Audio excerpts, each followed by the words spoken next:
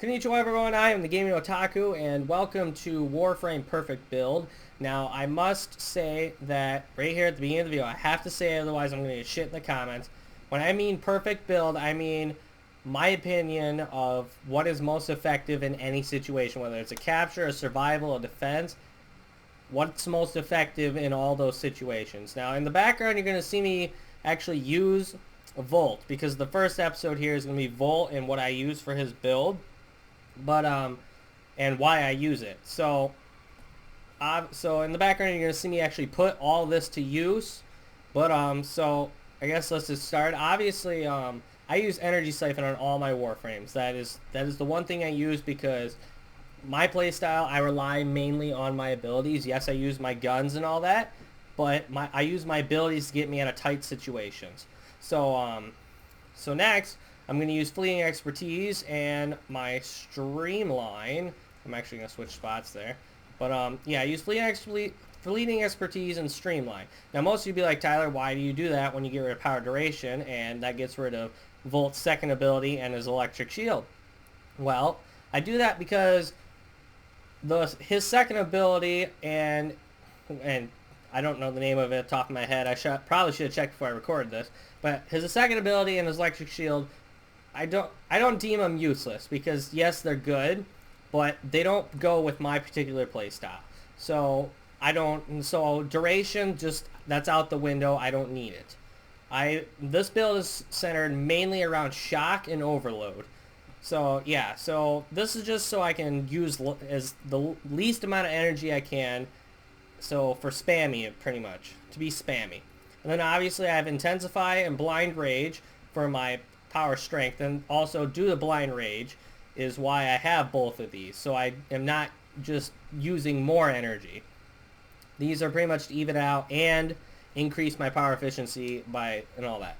Now you notice that my Blind Rage is only level 6 out of 10. That is so the power efficiency doesn't become too high.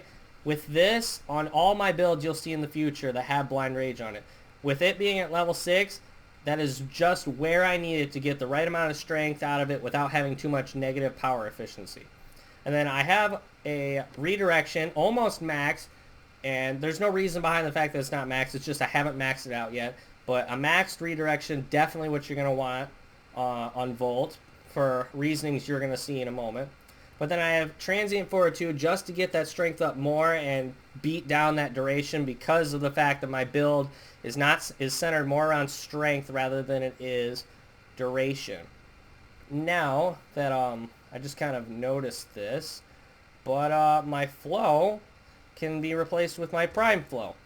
Now my Prime Flow and my Flow do the same amount right now because that's the only level I have it on. But yes, Prime Flow will do just as good, but Prime Flow is going to get you that extra energy pool that you're going to want with Volt because of the way his playstyle is in general. Now, time for the kicker on this one. Capacitance. I slaughtered that. It's capacitance, and if y'all don't know, this is a augment that you get from Cephalon's. No, you get this from Arbiters of Hexus. My bad. And this build is mainly centered around overload. Just that the power strength increases shock as well.